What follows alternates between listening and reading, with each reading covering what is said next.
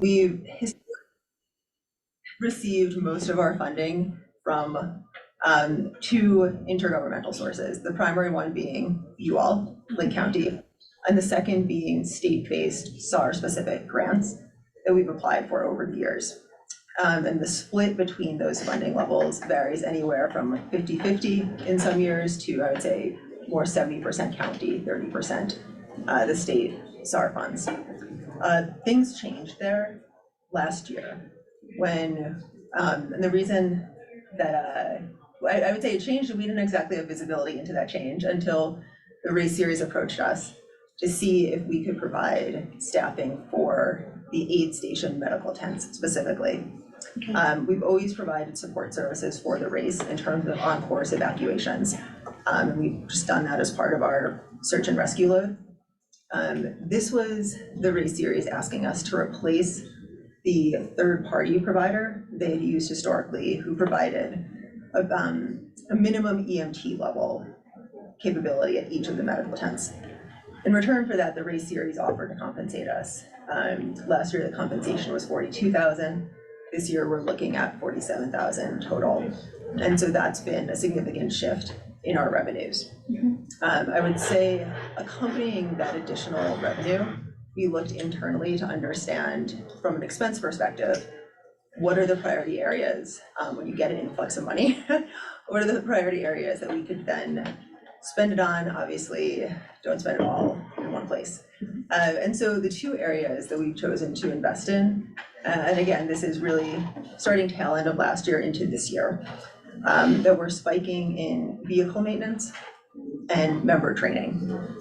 The vehicle maintenance, again, we're an entirely volunteer organization, so I would say our vehicles get maintained when we have member interest in checking up on them. And so had one of our trucks not had an oil change in 3 years? Correct. And so we have two members now who have the time and the skill set to really dig into vehicle maintenance. And I'm pleased to say our trailers have working lights, our trucks have had oil changes.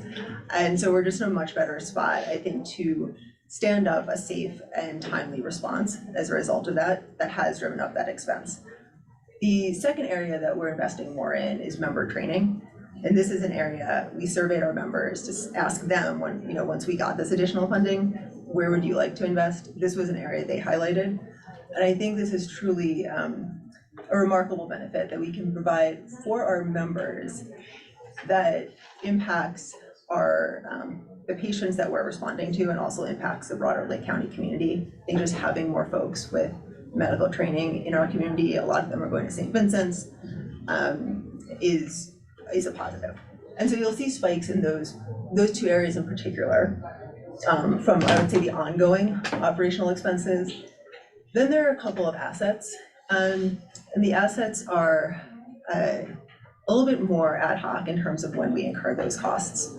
And when I say assets, those can be anything from a snowmobile to a under lake rover for body identification. Radios are now one on our long-term plan that I've identified. So I'd say in broad strokes, that's where our budget is at. We are going to, overrun the county provided funding this year significantly. We're not very concerned about that because we do have the race funding to go into overflow. We're also looking at some state grant funding as well that we've applied for and hope will hit in September or October. Cool. Okay. Can I go to the next slide? Do you have any questions, or I guess what's top of mind for you all? I'd love to hear that. Well, for me, I think that the two bigger priorities to get to is really great, the vehicle maintenance and the training. I think that's kind of certainly falls in line with our overall priorities for the county to look at facilities and assets management and maintenance, and then personnel training and making sure that everybody's got the competencies and confidence to provide those services. And as we just heard from CTSI, certainly reduces the risk for the individuals going out there and volunteering, as well as the folks receiving those services.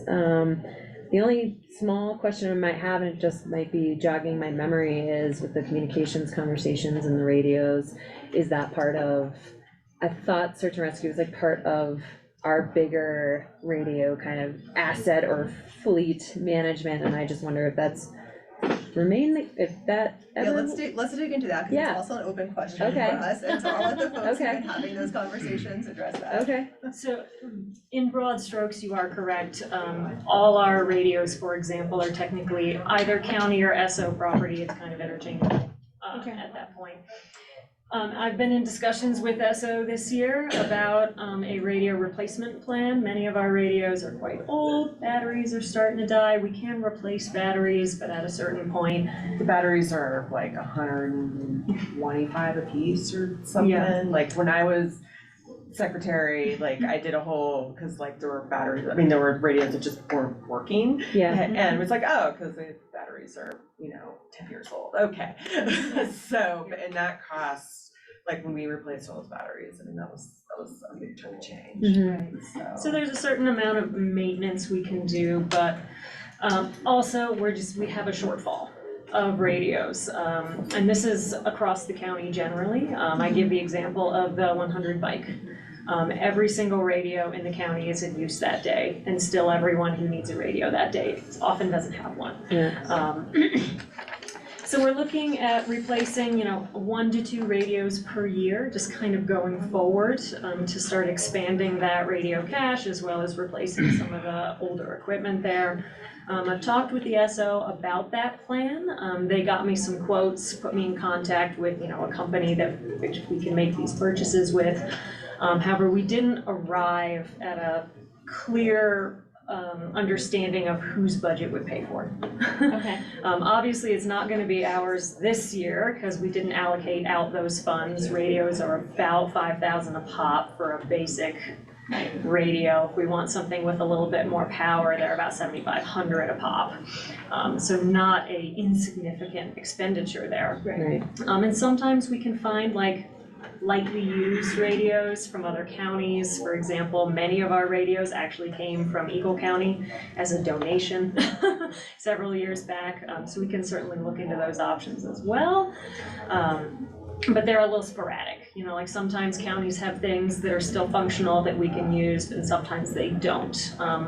Irregardless, it would be in the SAR and county's best interest to have, at least a foundation of radios that we own, that are in good working order, that have the proper capability.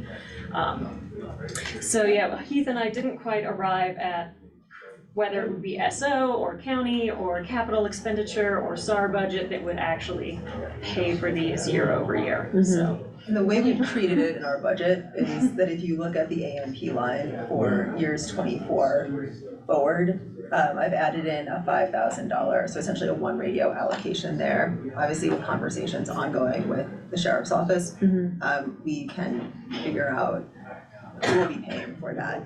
But so it's factored in here as a placeholder right now. okay. Quick question, have y'all looked at the federal government surplus property program? I've looked at some of the state resources, but not federal, so So I I'll know our make a note corner of was that. looking at some of Is that. that the, programs what the too. sheriff's office sometimes did? Sometimes, yeah, that I shouldn't say they that can in the use back. sometimes to get good quality surplus equipment that still has some life left to it for a lot. And what was that less. called again, federal I'll surplus? have to, yeah, Okay. if you look it up It's there. a 1031 That's, program. yeah, the 1031 program. Sheriff's already working on it. And then, Okay. yeah, I mean, I'm really glad you're looking at that, like, I know like 24 budget has like a 90K, like Yeah. AMP, like, do you have, like, have you done the same thing for like your vehicles and your trailers and? That's exactly what's factored in Okay. there. That's great. And if you wanna bump to the next slide, I sure Nice. can. actually let's go 2 slides down. Here? Wonderful. Yep. And so that A identification, it's driven primarily by the assumption that there will be either a new truck and or boat purchase, in addition to radio. So that's been factored in. That's why we do see that spike. And I would say philosophically, I approached it the same way I approached the radio, where we know certain of our assets are starting to wear down. Mhm. And so Tonka Does it needs to get- be retired. I don't know if they're on a first name basis with Tonka, but and whether that's in 24 or 25, we just want it to be reflected in our Yeah. budget, so that Okay. come October, when we are all gathered here again, there are no surprises when there's likely a spike in ask, yeah. Okay, Yeah, and I think, I mean, Jessica said, it's great to have, knowing that actual expenditures will be spiky as you replace big and little things, like to know like a sense of that year on year cost forever. Of Exactly, like what and it just that's a costs. little bit of how we're viewing the Yeah. revenue from the race series, is we very much do not want to spend it all in one year, and I think we're grateful to have that longer term financial flexibility to be able to save year over year for some of these larger assets. Yeah, Yeah, yeah, and I appreciate you working with the sheriff's office, but it just, at some point, it doesn't, like, whether it's the sheriff's office line item or like, it doesn't really matter where it comes from, it's coming from taxpayers, like, It may, yes, it may, if we opt for the race funding, either fully in whole or subsidizing Yeah. it, then that's a little bit different, but I think certainly to your point, some of it will come from taxpayer dollars, Yeah. yes. yeah. Have you also thought about applying with the Legacy Foundation? Oh, The yes, series and to- so that's on Every year our, we do. that's on our radar this fall, and it will likely be for a very race specific item, which are Radios. even more specific than that, bike racks that can be attached to our off-road vehicles for when we inevitably sweep bikers and their $12,000 bikes off course. They haven't always responded to us, disassembling their bikes to fit them into the back of our trucks. And that is such a race-specific piece of equipment that it makes sense to go to the Legacy Foundation for that one. yeah. I also wonder if, and how much you might have been talking to Public Works on whether or not we would include a vehicle in the fleet management, or, I mean, I think that's worth a conversation to see if, depending on the wear and tear for search and rescue specifically, if it makes sense to include that or have a separate. Yep, I think that's absolutely where we're going. I would say within our organization, I dabble in fleet. I primarily stay on the number side, and so our more fleet-specific folks will pick up that ball and run with it. Yeah. Okay, excellent. Great. I don't have any. We can keep going through slides. Yeah. Sure. I think that it's more, you know, this is your time to inquire about how we're ideally responsibly using your funds, so let me know what information I can provide. This is obviously, this is a 22 versus 23 year to date. This gives a pretty clear indication that we will be going over last year's budget. I will say about 8,000 to 10,000 of our forecasted year-end spending are directly related to our race support. And so that, I would say, when we look at that 47, that 10,000 sort of gets knocked off from that. It's separate from sort of our ongoing operations. okay. And then there's just some qualitative notes at the end, but I think I've actually voiced over most of them thus far in our session. To the next, do you want me to go to the next slide? I think it's really your time now. I've Okay. shared our Are you keep highlights. talking, sorry? No, I We can certainly talk all can day. keep talking, we can regale you Yeah, with but- stories and et cetera. So outside of the race series, do you have any statistics on what your call volume has increased by or decreased by? Yeah, And- I have that information. Yeah, I would, and I think, just again, and perhaps you know this, but when thinking about our call volume, I think it's helpful to define what's a call and what's a mission that has Sure. field team members. And I'll sort of walk through the flow, right? Something happens in the backcountry, there's either a cell signal and 911 call, or there's a personal locator beacon. Either way, it gets routed based on GPS to Lake County Dispatch. Okay, When they realize it's a backcountry location, that's when it gets routed to SAR versus our front country emergency services. And then from there, it's almost like a progression of, we do fully staffed 24/7, we have a member on call. And so they're the initial intake. determining how much intel can they gather. And oftentimes, if they can, if the reporting party is within cell phone service, if they're off trail, that person can get them back on trail safely to their car without having to stand up a full mission. And so I think that sometimes we say like mission, and that's one of our full members are stood up, we deploy multiple people to the field. But I think that also counting that, when we have someone on call who's been able to safely return someone to their vehicle is also part of our load and part of the staffing that we provide. And so I think it's just important to have that full context throughout when a call comes in, where we handle it. And so Becky probably has some more numbers Yeah, to put against that. some numbers. Yeah. That's a wonderful summary, though, of kind of the comprehensive bird's eye view of Okay. The essential service that SAR provides. And it's not just boots on the ground, folks going into the backcountry. It's a lot of back end, 24/7, 365 days a year. We have a trained member on call who is medically trained, CPR trained, search management trained, incident command trained. Am I missing any buckets there? Avalanche, safety trained. I mean, the scope of training that a mission coordinator, which is what we call these folks, requires to safely manage these incidents, whether or not team members deploy, is pretty expansive, just because we have, rope training, missed a bucket, water rescue, missed another bucket. There's a lot of buckets. Just because of the diverse nature of the types of calls we see in this county.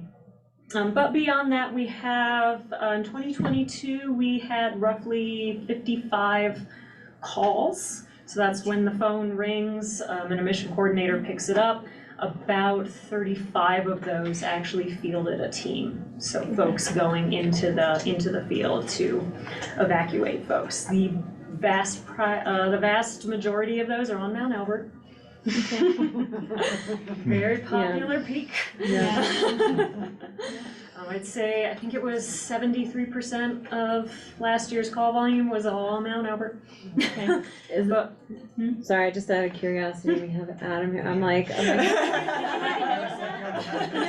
I'm like, okay, I wonder how many of those are like people starting at 2 PM and just like how probably can fair is there amount. any way we can better There's actually message? quite a bit of campaigning going Yeah. on at the CSAR, Colorado Search and Rescue Association level. And that is one thing we have developed in the past 2 years, is we now have an outreach coordinator and PIO that is dedicated to the team, that is trained as such, who's participating in those campaigns.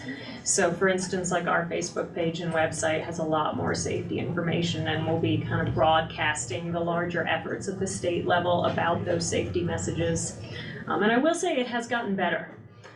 We had a 350% increase, 2020 and 2021, thanks to COVID, which was also pretty much all Albert. That has since settled down to kind of pre-COVID levels. Luckily, hopefully that kind of trend continues, but we have seen a % increase every year that we've been tracking in terms of mission activity, which is, I think, to be expected as we see more people move here, more people utilizing our backcountry areas. The state, I think, and the county does a little better job these days of broadcasting the opportunities that are available for recreation in the county, which is wonderful. That's why we have SAR teams. That's why we're happy to do the work. I think in addition to Albert, to that point, a lot more winter recreation, and so we've had a number of calls to the various huts and yurts during the winter. That's also a significant percentage, yeah. But to the signage question, yes, I think there are probably 1 or 2 signs, Adam, we can talk with the fire service as well, that there are some common areas for people to go astray, usually on their descent. Yeah. Yay, Bosco. Yes. What was that last time you said? Oh, I said, usually on their descent is where they start at the South Elder Trailhead and then they find themselves heading toward the lakes and. Yeah. Or they drop into Or Box vice Creek. versa, or they drop Yeah. into Box Creek, yeah. Yeah, so I do think that, I would love to make that happen, I think it just hasn't, we haven't quite had the bandwidth to Yeah, figure out the one, signage. yeah, with like Friends of Lake Development and Yeah. all that with the Forest Service. Yeah. That can be a joint message and advocacy with SAR. And it's a Yeah, larger absolutely. question too. I know the 14ers community, there's a lot of ongoing conversations about what signage in the wilderness is appropriate and what is not. So, I mean, Right. that's why we've hesitated to put signs up everywhere. It's And because, the biggest thing the Forest Service is reporting is that, anytime that a sign is put in the wilderness, it is usually cut down Destroyed. within Yeah. 6 months. Yeah, yeah, So, so. and because it is so labor intensive for the Forest Service, because they cannot use machines, Mhm. so to bring in hand tools and all the equipment necessary to put in a sign to only have it taken down, you know, especially with the appropriations bill, which is what I'm gonna be talking, which is cutting more and more funding to the Forest Service. It's a losing battle, Okay, Why is it cut down? because people don't like, signs in the wilderness. So they just do that. okay. I have a question. When somebody is rescued, is it free to them or? Yes, it is. So, there's a statewide policy, and I think even it might be kind of Intermountain West policy, that if you are a member of the Colorado Search and Rescue Association, which we are, and every SAR team in the state of Colorado is a member of that organization. They provide, CSAR is what they're called. They provide essential services, primarily connecting county teams with military resources as we need them. Very occasionally, we will need a military resource to complete a mission. The only way to get access to that resource is by being a member of CSAR. But anyways, getting back to the primary point, they dictate that you may not charge for rescue services in any form while you are a member of this organization. And it's kind of state policy that search and rescue services are always free in the state of Colorado. Now, if you need a medical helicopter, say if Flight for Life comes and lands on the mountain and picks you up, then you will receive medical charges just like you would if you entered an ambulance. But that is kind of out of our control. But if it's just search and rescue members that are scraping you off the mountain, then it's always free. You do pay a surcharge if you buy a hunting or fishing license. Yes, so the state So is really Your doing a hunters and good job. So where does fishermen that money pay. go? To All the those search and surcharges rescue. for all different public access permitting, where does that money go? Because there's search and rescue in every single license. That's Every where, that's, It goes that's to the SAR state fund. So it was under DOLA, so every year the teams can apply, they submit all their rescue stats, and then based on that, the state, gets money, so that's where the DOLA grant, So is that in your revenue budget? yes. Yes. Should be, Okay, yeah, got it, Yeah. thank you. We And- apply every year. yeah, Yep. now that fund is now under Parks and Parks and Wildlife, so. And that generally contributes about 15,000 to our budget when we apply. If you were to Google New Hampshire, fee-based search and rescue, there's some really interesting, research and evidence because New Hampshire moved to a fee-based model where if you require rescue, they actually were charging people. If you And require a rescue and they think that you acted irresponsibly. So Exactly. there's a bit of a judgment call. Yeah, They pass on you, and yeah. that's exactly it, is it becomes really a slippery slope and a bit Yeah, of a gray area. So- totally. People wait too long to call for rescue as it is. I assume out of a good intention of trying to be able to self-rescue, but often they wait too long, the situation becomes more urgent, less stable, and then they call. And the idea is that if they know they're gonna get a charge, they're gonna wait even longer. And that's just not good for anyone. It's not good for us who would have to go and then do body recoveries. It's not good for the mental health of the team, and of course, not good outcomes for our subjects, so. We do encourage everyone who's rescued to donate them. Yeah. Small donation. Do they call a cell phone Most often. and they work up there? On Elbert they do, there's pretty good service. It varies, different spots in the county. We have a pretty good handle on who has service, who doesn't. A lot of folks carry personal emergency devices like Garmin's as well. Yeah. Looking at the tracking, I assume that there's conversations with the SO and dispatch on comms and what kind of information they're able to pull reports on and how they're labeling and titling calls that they get, and is that a So- challenge right now, or is that a? Yes and. This is specifically, internal Okay. to our team. Okay. And what I mean by this is, we've had folks who are very good at, to use Becky's term, scraping off Mount Albert. We haven't always had folks who are as good at, creating consolidated P&L. And so we haven't necessarily tracked our expenditures and mapped them to, is it snow equipment, is it roof equipment? Got it. And so since I've Got joined, it. that's just an additional taxonomy that I'm bringing, so we can understand, hypothetically, if we are spending $10,000 in a year on water rescue equipment, and we have one or two water rescues, Yeah. that's then a conversation that leadership will have of, is this the best use of our funding? Yeah, Versus, obviously, as we've said, we have a lot of Albert rescues, they typically involve a litter carry. Perhaps do we want to get whatever it is, like shocks on the litter to make that, Yeah. just more pleasant for everyone? yeah. Yeah. One of the Okay, that makes interesting sense. points in tracking that though is the kind of balance of like which bucket gets the funding, gets the priority training for members, et cetera. But the kind of other side of that coin is even if there's only 2 water rescues a year, we have to be prepared for those. Sure, Even if there's 1 rope rescue a year, we need to have the operational and expertise to carry that out, or we're not mission ready, we're not ready to provide the service, so. And historically, It's a we simply balance. haven't had that level of financial tagging to be able to say, here's what we're spending on each of these, to even inform those conversations, great, that's a great where we're going. So that's what I mean by tracking. enhancement of sophistication, okay, awesome. Great, I don't have any other questions for you. Do I you don't guys have Good, this anything is really else? helpful. No, Yeah. Yeah, Yeah, good. thank you very much. That, I All think right, that's thanks, we'll see it, you in yeah. October.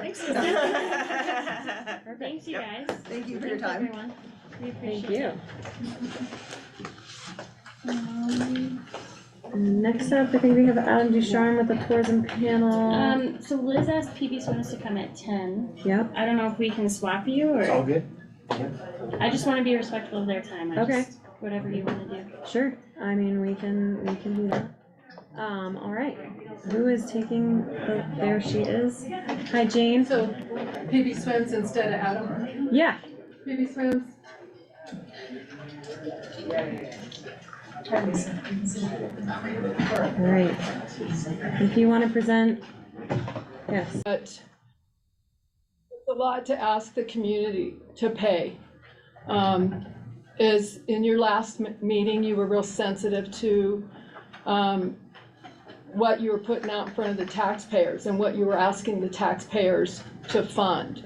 So that's why we would like to ask you to refer a ballot measure to increase sales tax by 0.25 or 25%.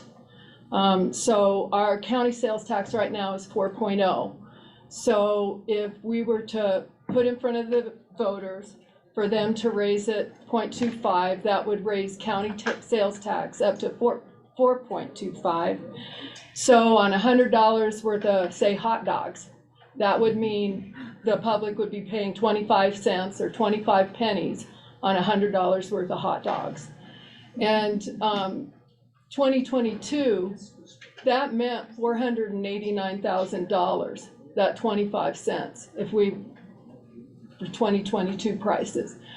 So that's more actually than we estimate the operation of the pool to be. Now that pool operation number, that's before your operating reserve, your renovation, your capital reserve, and your replacement fund. But we want to ask, we want you to refer a ballot measure so we can ask your constituents, do they want to fund operations of our pool? And do they want the help of our visitors? I thought that was really interesting how Search and Rescue mentioned 73% of the calls on Mount Elbert. That's not Mr. Wilson. Those are out of towners. And they're using our infrastructure and we'd like them to help out pay for our infrastructure. So did you have time to read the packet we sent you? Mhm. So you made your reservations known at the July 12th meeting. What are your reservations to giving this opportunity to your constituents now? Do you have any, or are you ready to put it on the ballot?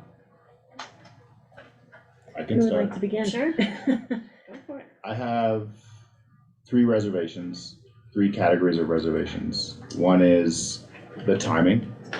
One is the scope of any sales tax for recreation activities. And one is the capacity to successfully implement a ballot measure campaign in 12 weeks. Okay, And go ahead, keep going, so sorry.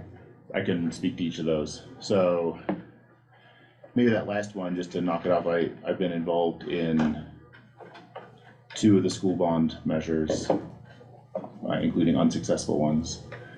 The campaign to do the new elementary school was a $10,000 campaign, and those can't go to nonprofit.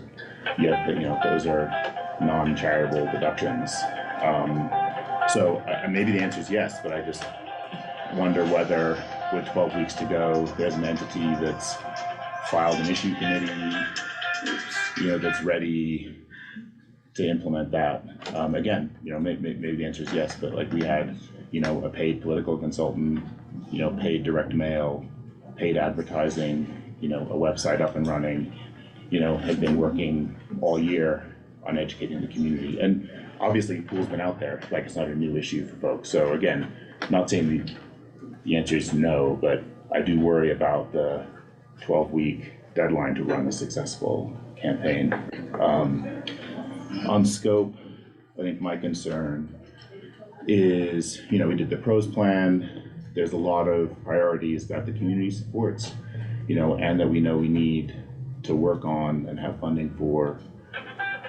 We also looked at the experience from Chaffey County, really successful 1A campaign that, included, outdoor recreation, vegetation management, wildfire implementation. Not saying we have to do those, but I think I have a question in my mind about whether we want a sales tax just for the pool or a sales tax to support a broader spectrum of indoor, outdoor recreation, other community desires. We might be able to successfully win a ballot measure with a larger sales tax, to provide a dedicated funding stream for, a wider range of services to local residents. So I think, that's sort of, in short, my concern on scope, or concern question, and then timing, you mentioned it in your interest, and a couple elements on timing cause me pause on this. One is, so the pool is owned by the school district in a school district building that the county does not own. The school district hasn't even yet voted, I think, to put their construction bond, to renovate the pool or build a new pool. So we don't know if that's gonna be on the ballot. We certainly don't know if it's gonna pass. So it just seems like we're potentially a little cart before the horse to get operating funds for a pool that we don't yet have construction funds for, and know if we're gonna be able as a community to renovate or rebuild the pool. A question for us to discuss today is like, why couldn't we wait a year and do the sales tax? The pool, like if the school passes its bond vote to construct or renovate the pool, that thing's not gonna get, they then have to go for best, not for the pool. The pool's gonna take, I actually can't remember from their presentations, but at least 12 to 18 months to fully rebuild. So we don't need operating costs in January of 2024. Because we won't have a pool to operate at that point. So again, I see eyes rolling when I say we can wait a year or two, but we won't have a pool to operate under the best circumstances in January, anytime in '24. So just in terms of income, we can wait, a year or two to generate those operating revenues. And then the other thing, timing, people are freaking out with the potential property tax increases on top of general inflation. Is this the best year to add a tax to, yes, some visitors, but, a lot of locals are getting hit by that. Sales tax is pretty regressive. It hits the lowest income folks the hardest. Is this the best timing for this effort? So that was a long ramble, but again, timing, scope, and capacity to run a campaign is my answer to your question. So just on the, you're right, we won't be able to operate it in January. But the sales tax measure, it has renovation in there too. That building is the school district's, but it's ours. And I don't care what they do with the classrooms. I really couldn't care less. But I don't. I believe that Dr. Massey and the school board are doing the best they can, and I think they're giving our youth a good education. I go over scholarship applications every spring. These kids get good grades. They get good grades on their standardized tests. They work, they're in sports, they're in music. 70% of them are bilingual. The school district's doing a great job with the kids. So whatever they end up doing, I have faith in them. That building is ours. And whether any of these tax measures pass or not, say we do get this sales tax measure on the ballot and it doesn't pass, say the bond issue doesn't pass if it's on the ballot, well, we're all still responsible for that building. And it's ours and we should be taking care of it. And with this sales tax, we can help renovate that entire building with the money that comes in from that. I think voters are going to be more likely to pass or vote for a school bond issue if they know there's a mechanism to operate that building. I also think that PB Swims, we've been going out for funding. Funders don't want to fund us without the institutional support from the county or the institutional support from the school. We're getting the institutional support from the school right now. The county, we don't expect you all to run it. We want to run it. We have the motivation, we have the passion, and we have the capacity. We just need the money. And the reason that that pool has been shut down 2 times before, when it was run from 1975 to 1999, the school district and the 501c3 could not operate it anymore. They couldn't fix it. They didn't have the money to operate it. Our school district was giving our kids the best education possible, which they're still doing. So when the taxpayers, the taxpayers failed when we raised the money to renovate that pool, $800,000. We failed to, one, have any oversight over it being run. We really didn't have much. We had a recreation advisory board, but that's, that board's not always made up of people that care about the swimming pool. And we failed to put in anything to replace it. We failed to put in a replacement plan. So if I've learned anything from the last 2 times the pool was shut down, it's that we need a dedicated source of income to operate it. So that's what we're working on now. We don't think we're rushing into this. Back in May, Elaine and I contacted the lawyer over in Vail that the housing's using to put a ballot measure on the November ballot. And they said there was a conflict because you're right, we're asking the taxpayers, okay, can you give us more to operate these county and school assets, these community assets? Well, let's give your constituents the benefit of the doubt that if they don't want this pool, if they don't want to operate it, they'll vote against it. And if they do, they'll vote for it, and then the visitors who are impacting our community more and more will help us with our infrastructure. Yeah. Just to be clear, I 100% agree. historical lesson is that we should have an annual operating cost, dedicated funding stream. Mhm. I mean, that's why the pool got in the shape it was, and for not having that. So, my response to your first question wasn't at all like, oh, we don't need this. I think we need it.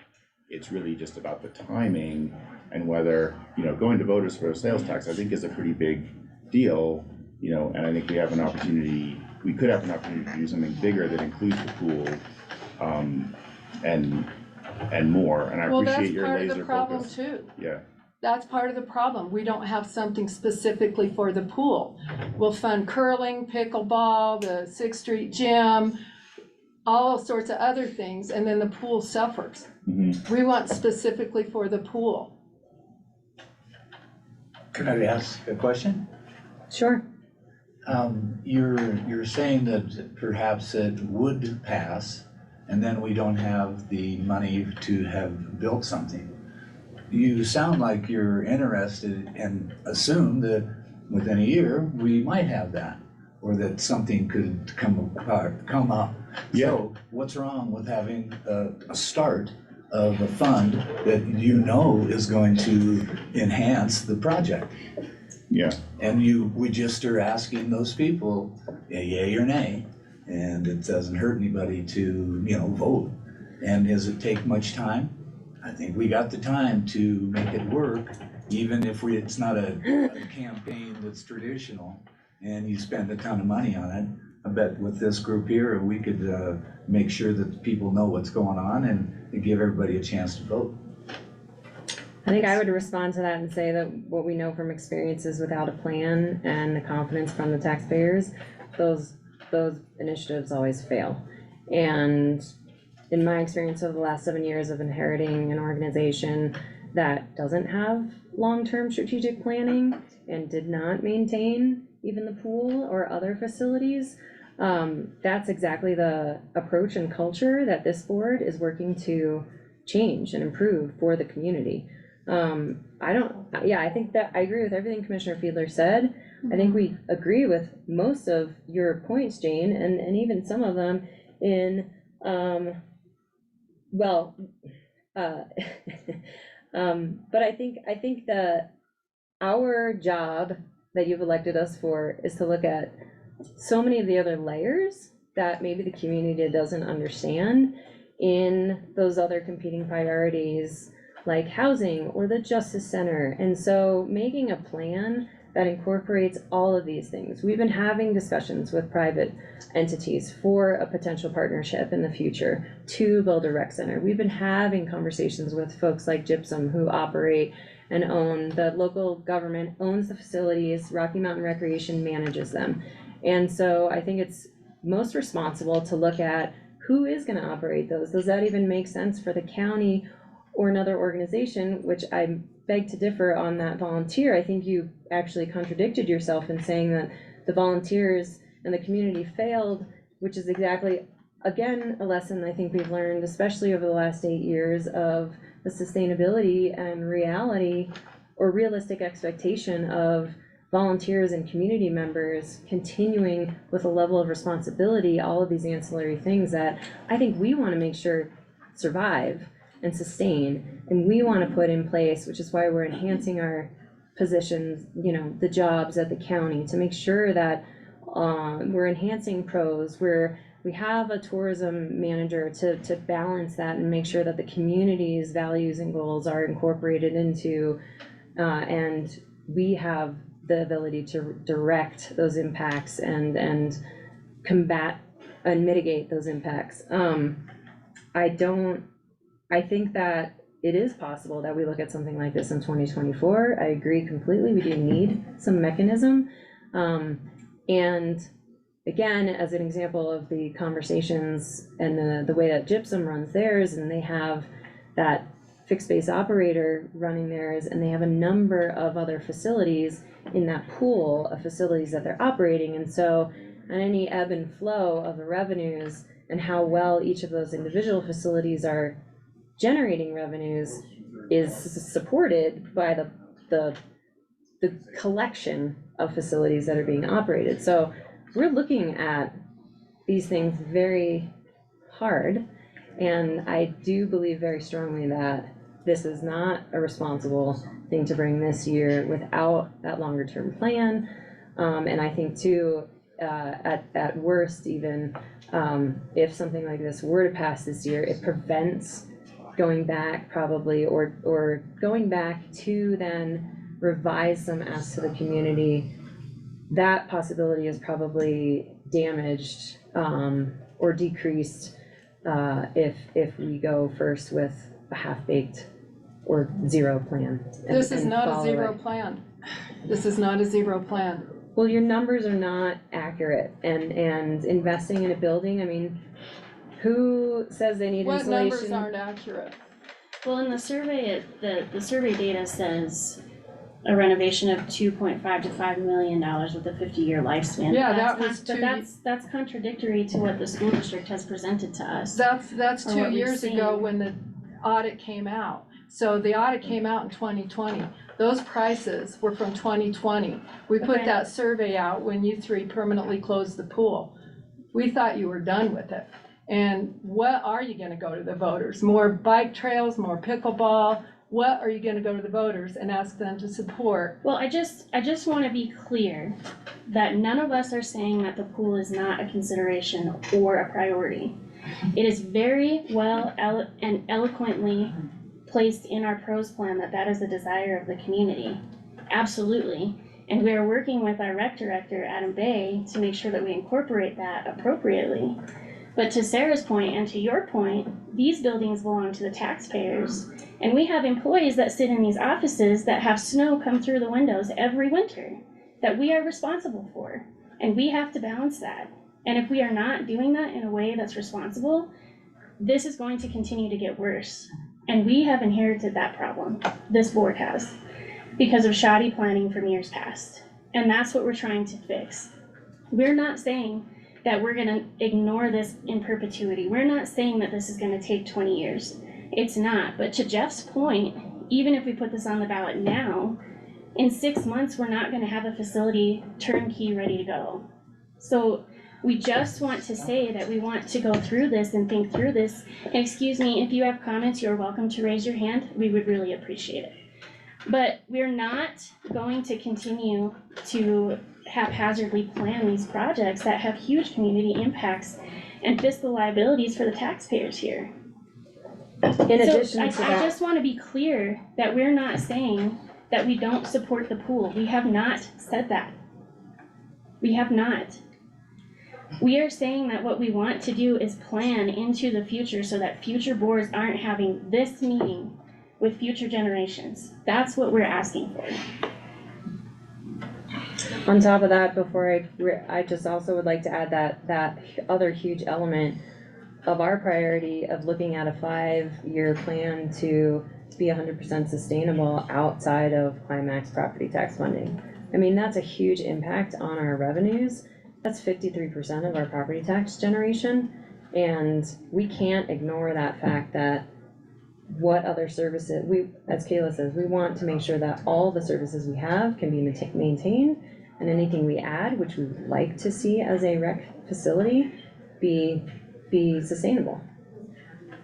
Yes. Yes, I want to bring up a moral issue. This is all about money. Jane raised a perfectly logical issue in my mind to see if the community does want to fund the pool, at least in the short term. We can go on after that, but look at this room. Do you see anybody here who's gonna climb Mount Albert?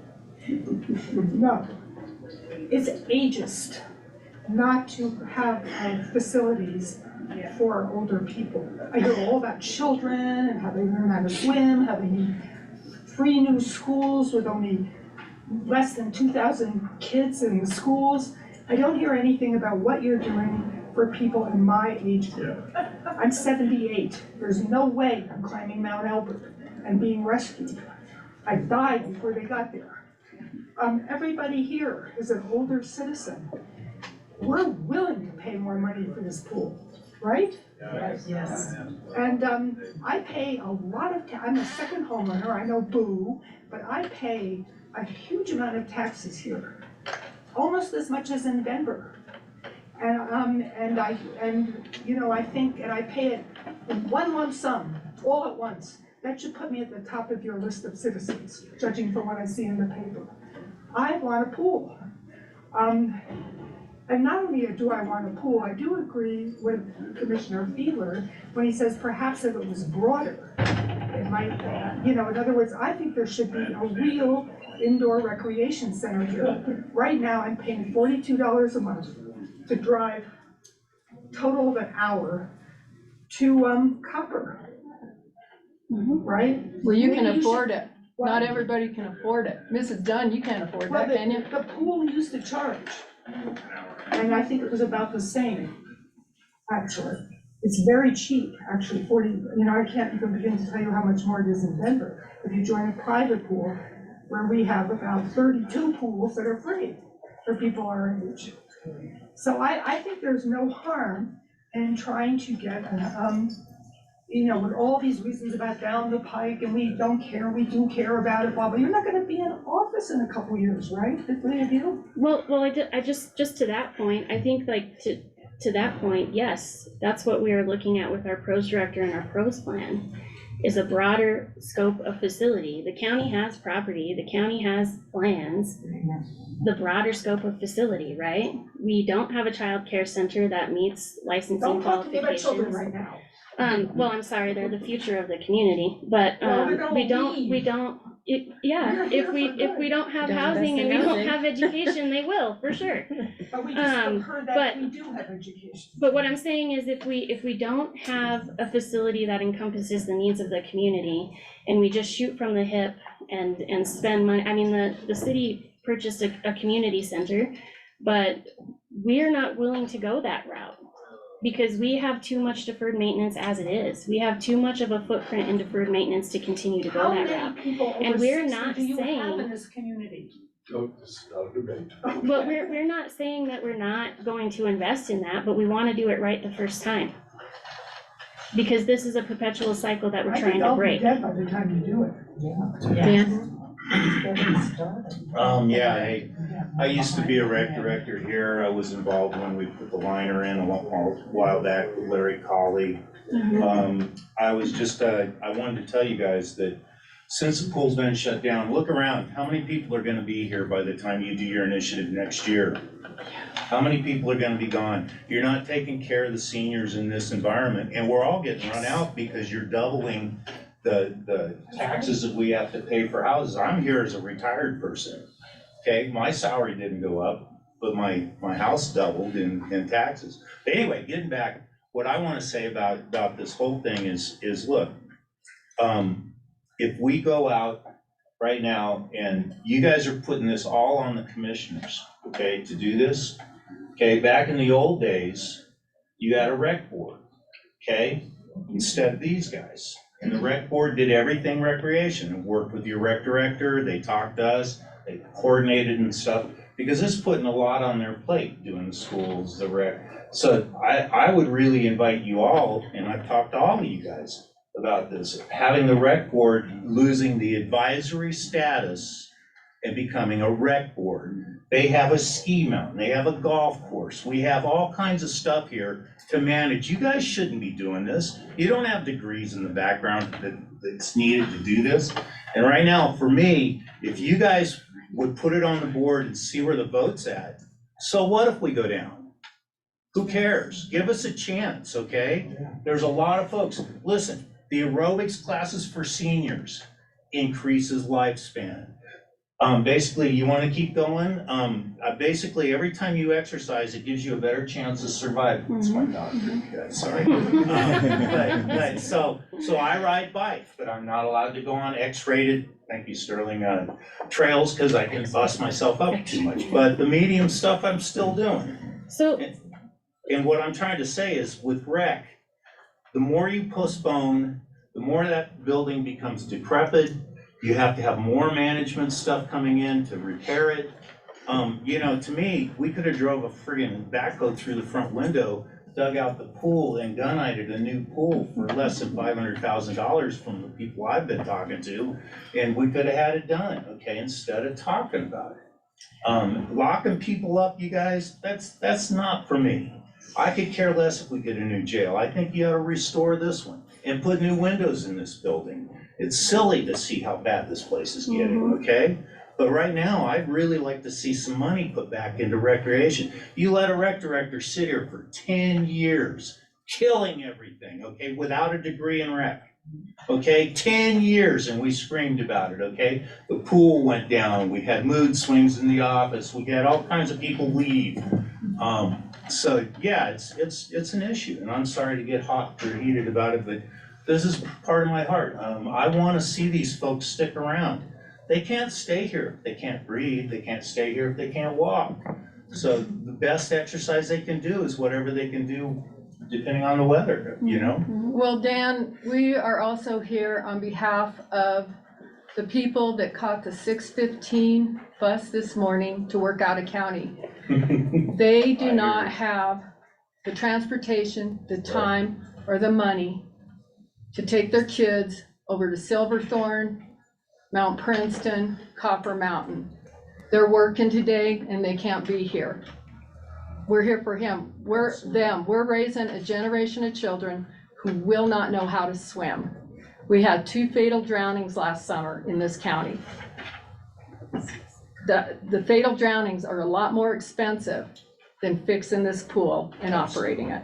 And Jane, you're right, we ran 7th grade through the pool, everybody learned to swim when they were at the middle school, okay? That was part of recreation, working with the school. We paid half the bills when I was here for the power to keep the pool going, and the school paid half. And what I understood was Climax had given it to the county and the school district, just the schools.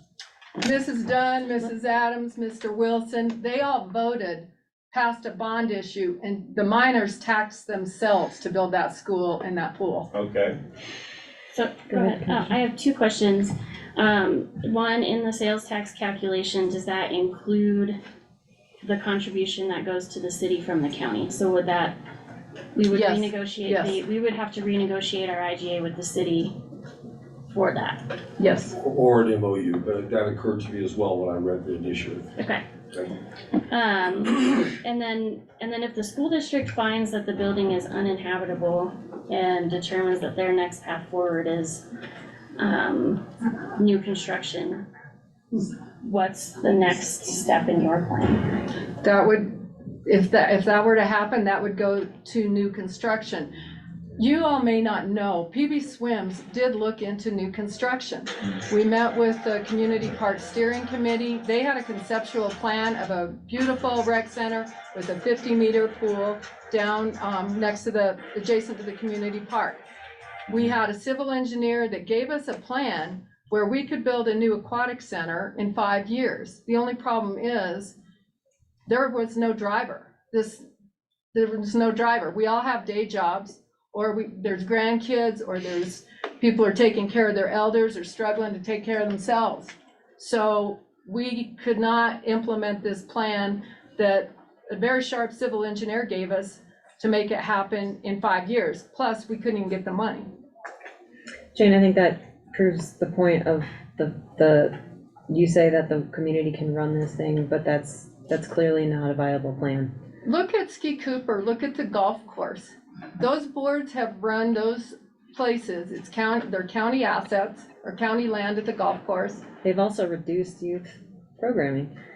Linda, do you have a comment? I do. The 3 things that were concerning you, one was the campaign. I don't think we need to spend any money on a campaign. I think this is a grassroots effort. And it will show us, black or white, whether people want the pool. And I don't think we should muddy up this 0.25% with other options. I think it should be clean, clear for the pool, separate from all the other priorities that the county just can't seem to get to. You know, there's so many things that the county needs to get to. Let's separate the pool out, and at least we can have that. And it's just such a small amount. I don't see the locals complaining, and the visitors will be contributing. The other thing was that the pros plan, the pool was not wanting to be a part of that effort. And it turned out that the pool was the priority at 56%. So I don't know what the battle is against the pool. We're looking for a way to get the money, separate from everything else that the county does. We want the county not to run it, the same as the golf course and the ski hill, which have both been successful. And yet we're getting pushed back constantly. This isn't the first time that this topic has been brought up, and it just gets put aside. Now we have a deadline of tomorrow. Let's do it. Let's see what the voters want.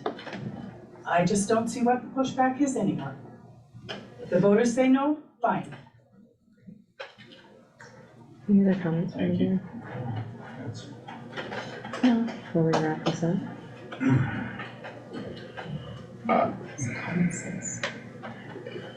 Maybe just, I can't help myself, like Dan, with all respect, like, we can't drive a front loader into the front of the pool and replace it for 500,000. Like, first of all, we don't own it, so that's trespassing at the very least. You can get permission to do that or not, okay? The county and the city and the school districts can learn to work together sometimes, but all I'm saying is, look, that pool's sitting there, you have a track upstairs, you have racquetball courts, you have a weight room, and it's all set and dormant, okay? These people didn't even get to walk on the track in the wintertime last year because they didn't open it up. Let's so- get back to the 0.25% going on tomorrow. Let's get back to that. That is the point of us being here today. We've been arguing for 2.5 years. Yep. All you've done is put roadblocks in front of us. We do have a plan. You act like we're a bunch of idiots. We're not. We have been over all the numbers.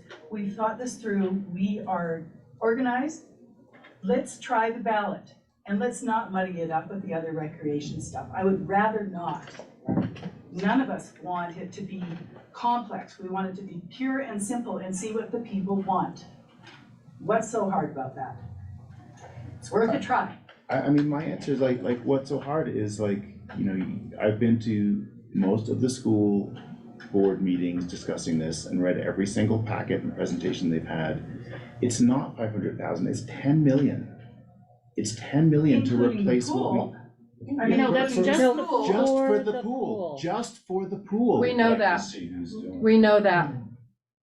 For the minimum pool, that's not even expanding it, so there's like, you know, it is a more modern facility, that's not bumping it out. That's a lot of money that the school district does not have right now, that's why they're going for the bond. So again, I just. And that's why we're going for the Yeah, but, ballot for the 0.25, yeah, which is 4,500,000 excellent. every year. I've had hours of discussion with school district staff and school board members about like pinning down the operating costs for, you know, if they're successful with their bond. Like, we're not ignoring this, we're not putting roadblocks up, we're sharing every single piece of information we have about how the pool is operated so that they have a realistic assessment. I personally support them going forward with the pool, you know, in there for 10 million, which is a realistic number, you know, so we're trying to get there. We just don't wanna like charge in without knowing we have the money to actually I don't renovate the think asking thing. for Well, it's gonna be 0.25% 20 million is next year. charging in. And You know?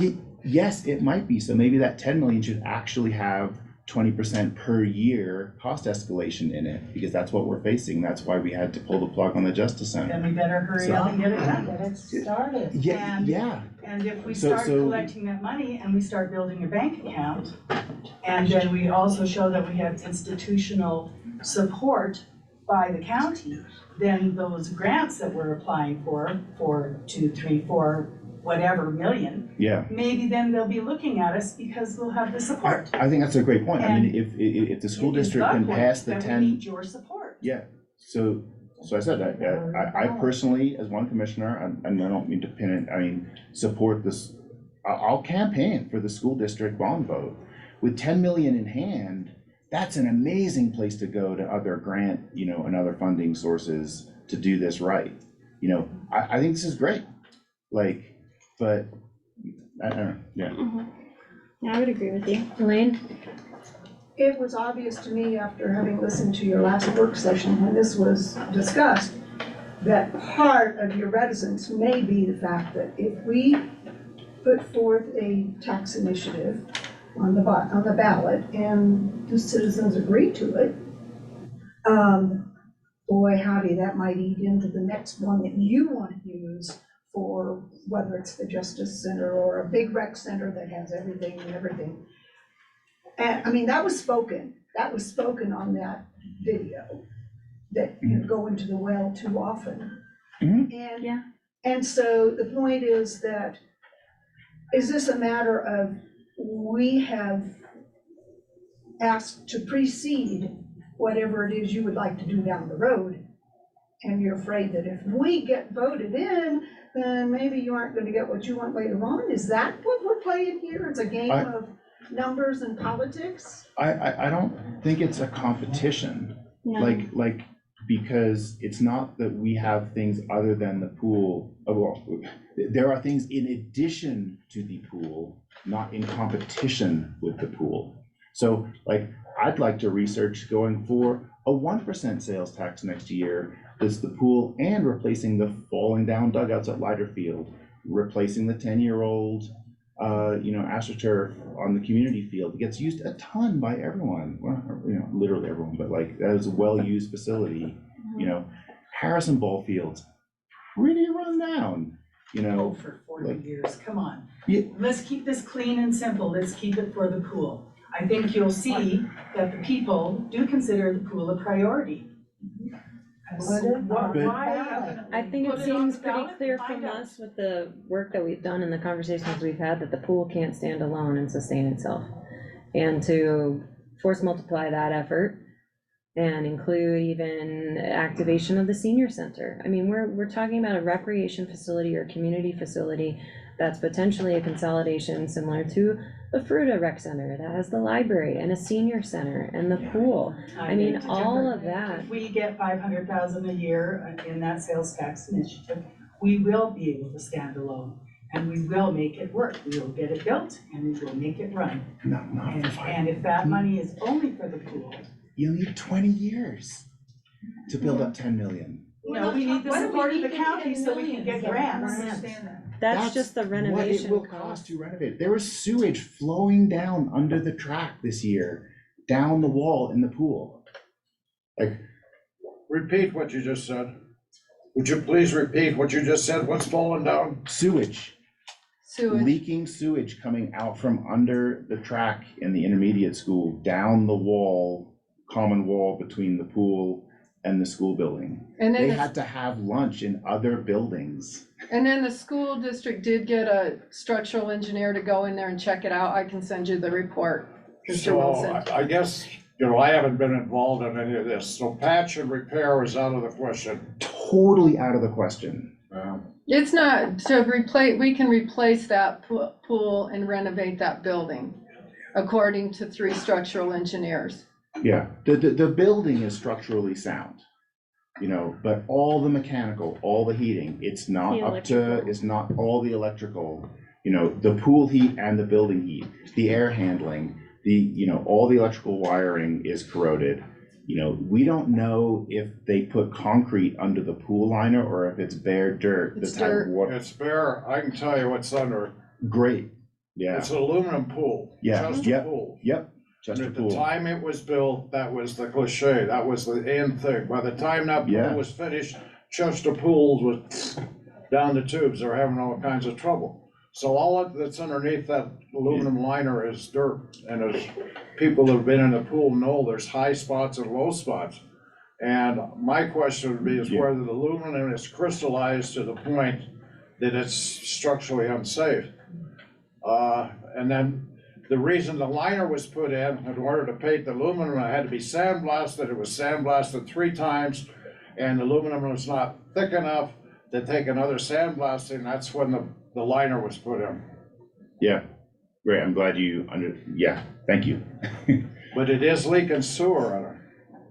From the gym Kitchen floor. upstairs. From the kitchen. From where? The kitchen upstairs. In the gym.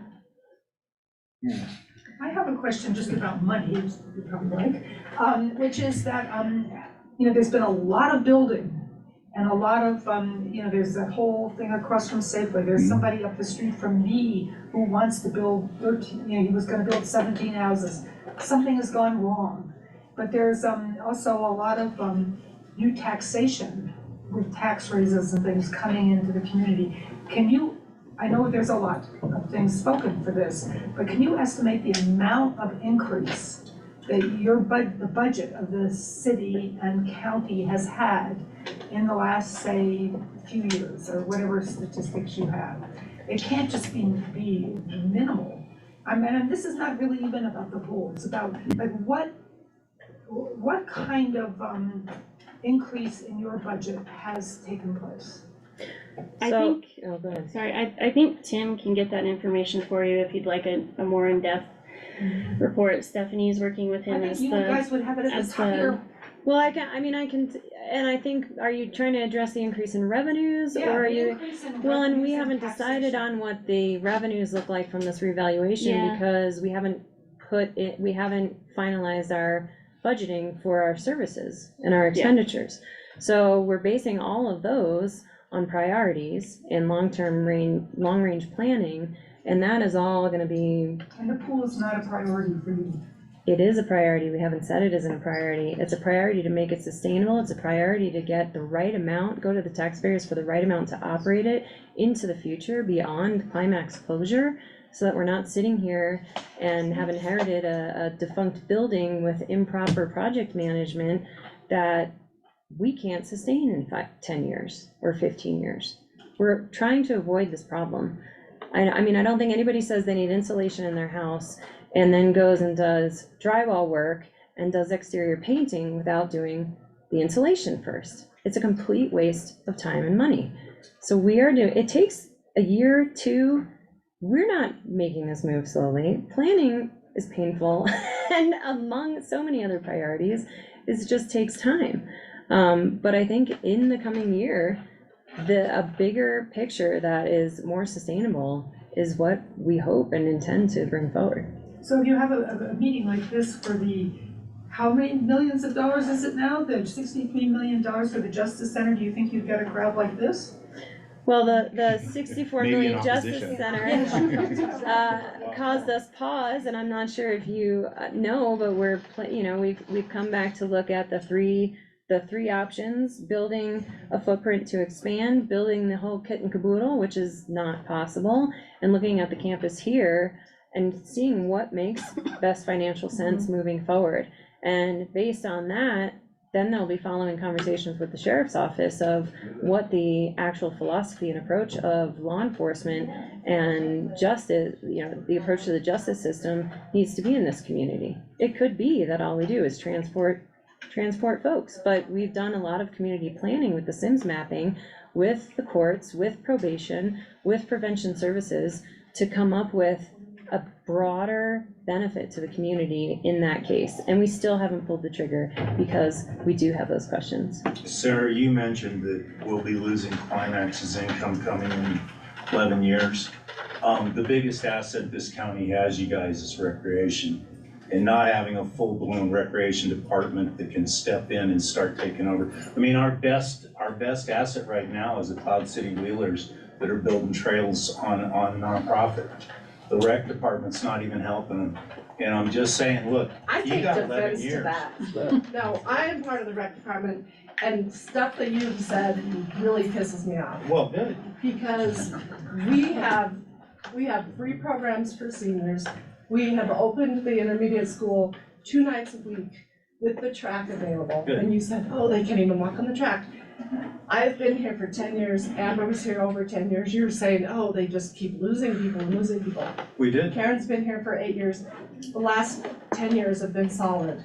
Yep, it has been a solid team, and you are welcome to stop by our office anytime and Great. find out about our current programs. You can get mad at me The pool if is you a want. priority, but the community as a whole is a priority. And I've been hearing a lot in this room about how rec has not been an asset for this community. But rec as a whole is an asset for this community, along with the pool. We've also expanded the department from rec programming to Parks, Rec, and Open Space. for natural resource management, open space management, and the bigger picture. Yeah. Planning to add many layers and a new director in there who's been there for 4 months, maybe. So, yeah. And I loved having the pool, like being able to do programs with all of them. That was like the highlight of my week. So I'm not against it in the least, but I don't like being called out and saying, you're not doing anything. Are you a swimmer? I am. Where I do was you a swim lifeguard. Excuse me, Hey. Vicky. It doesn't matter where Please. she swims now or if she doesn't swim now. I totally loved the pool. Well, I'd like to thank Felicia and Karen, you two you work your tails off, and I appreciate all the work you've done and your support. As you know, the pool was the #1 visited recreational facility when it was open, or according to the 2020 report, it was, annual report. But, so please do not think that I am calling you two out. I respect and like everything you're doing. You work your tails off. So thank you. And I would also like to add, they can only do what we give them the budget and staff to do. So if you have a criticism of what you see them doing, bring it to us, because it's our responsibility to improve that. We are You know, bringing don't- it to you. Yeah, but, and also criticizing what staff are doing. Yeah. And So I do- bring it to us, because that's our job to take the heat for that. And I do wanna mention that Recreation Advisory Board does still exist. Jane actually is very great about going to every single one of their meetings. They meet every other week, or every other month, and it is posted on our website. And you are always welcome to call for more information. Just put it on the ballot, it gets it started. It'll I make have a- all of us that are feeling like we're not important enough to you, to know that the seniors, I do every senior thing that the rec department puts on. And swimming is one of the better things for seniors. Yes. Because it's low impact. I can't ride a bike on the trails that the wheelers are doing anymore. I did when I was younger, but I can't do it now. The pool is what the seniors need. And the kids really need to know how to swim. Yes. There's nobody that doesn't need a pool in the community. Exactly. I can't think of, even 1% of the community not wanting the pool, even with your arguments. If it's on the ballot, the people will have their say. Clean, simple, 0.25 for the pool, period. It's minimal. Don't forget about it 2 years from now when you wanna add the stuff on for other rec. Do you have a comment? I guess, my concern is my attitude in relation to a person that's been here 65 years. And I understand duct tape and baling wire and fix and repair and do everything as cheap as possible. When I moved here, my house payments were $48 a month. My taxes now are $200 a month. I'm tired of fixing things in Lake County by tearing them down and building new, tearing down, building new, and tearing down, building new. I'm one of these guys that make do with what you have and repair it. And I don't know if the taxpayers in Lake County, after what's happened with the high school, the intermediate school, the hospital, and the fire station, would buy any increase of taxes on anything right now. I wouldn't, because I feel like that have not been wisely spent. Jane, do you have any closing remarks for us? I don't think I've heard anything, I'm sorry, that would change my mind. I just don't think there's an in-depth plan, and there's not enough. So, I would like, Elaine, did you have something? I just wanted to know, are you unhappy with the way Ski Cooper and the golf course are being run, managed, and maintained? Yes. Yes. Yes. What are your complaints there? The benefit to the community and giving back to the county is lacking. The change of community in the language of operating documents in Ski Cooper has been removed over the years. There is less and less of a community focus and accessibility, youth programming removed. We are working to address some costs that the county still incurs for Ski Cooper, and we've asked, can you give back? Can we not incur those expenses that we've inherited in an agreement. And that we will be having conversations with them in work So sessions. Not happy with the way they're being How about done just now? restoring No. Like you said, senior you were pricing happy. for season passes? That's one of the things too, yep. No, Or You're not happy with. Well, you with know, those two Commissioner Or Mudge, you've been reconsider turning invited this to every school into a meeting for the bar. last 2 years. Well, And I've seen you at 2 zoomed in. yes, I know, and they change often and conflict with the schedule, and it doesn't work. Yes, Chris? I just wanna ask a question, for those of you who don't know me, my name is Chris Floyd, and I have the often pleasure of serving as the county's attorney. I have a question for PB Swims. You know, there are 2 alternatives for bringing an initiative forward for a sales tax, either through the county initiated one or through a petition. Did y'all attempt a petition? Yes, we were going to do a petition, and we talked to Kendra over in Vail, that lawyer, and she said there was a conflict because they were representing the housing ballot initiative. Then Elaine and I talked to 9 different lawyers, and the one that does this kind of thing in Denver, his name I think is Mark Gusick. He does this kind of thing, and he said for this election, we don't have the statutory right to do it. So then I did talk to our county clerk, Lorenzen, and she printed out some information that said we do. And as late as we got that, we were recommended by 2 other lawyers to just ask the commissioners to see if they would do it. And with the support we got from the school board and the school district, we thought, well, we'll ask the commissioners if they will do it.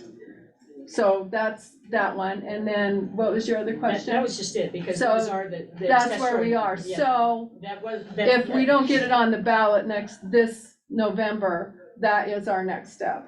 And so that would be, because I think you obviously have a passionate group here, but I think what would have been more compelling for the commissioners to see would have been petitioners asking for that. 5% of the, Yeah. You know, I could clarify that. The statute says that you can bring it to a general election, and so I'm not clear if they mean, so this year it's called a coordinated election. So I don't know if that term is being used in a more generic sense. Oh, okay. And that's what we were trying to use the attorney to find out if they mean just a general election, or do they mean the general election, which would be next year. well, and the, something passed in the last election makes it harder for citizens to bring a petition, an initiative to the ballot. Christy Galarza was telling me about it yesterday, and I can't remember the exact law that passed or statute that passed, but it's just harder for the public to do that now. But that is, if the 3 of you are unwilling to present it to the voters at this next election, that's our next step. So I was gonna say, I can clarify, what I'm referring to is Colorado Revised Statute, section 29-2-104, that talks about adoption procedures for such initiatives. And it expressly says a proposal for a countywide sales tax by resolution of Board of County Commissioners shall be submitted at the next regular general election if there is one within the next succeeding 120 days after the adoption of such thing. So one of our biggest challenges right now is, even if the 3 commissioners sitting here today said, okay, yes, you've convinced us we're gonna do this, I frankly don't believe we would have the time to do that. We don't have the time to make that. I also have a, has PB Swims approached the city about a ballot initiative? Or funding?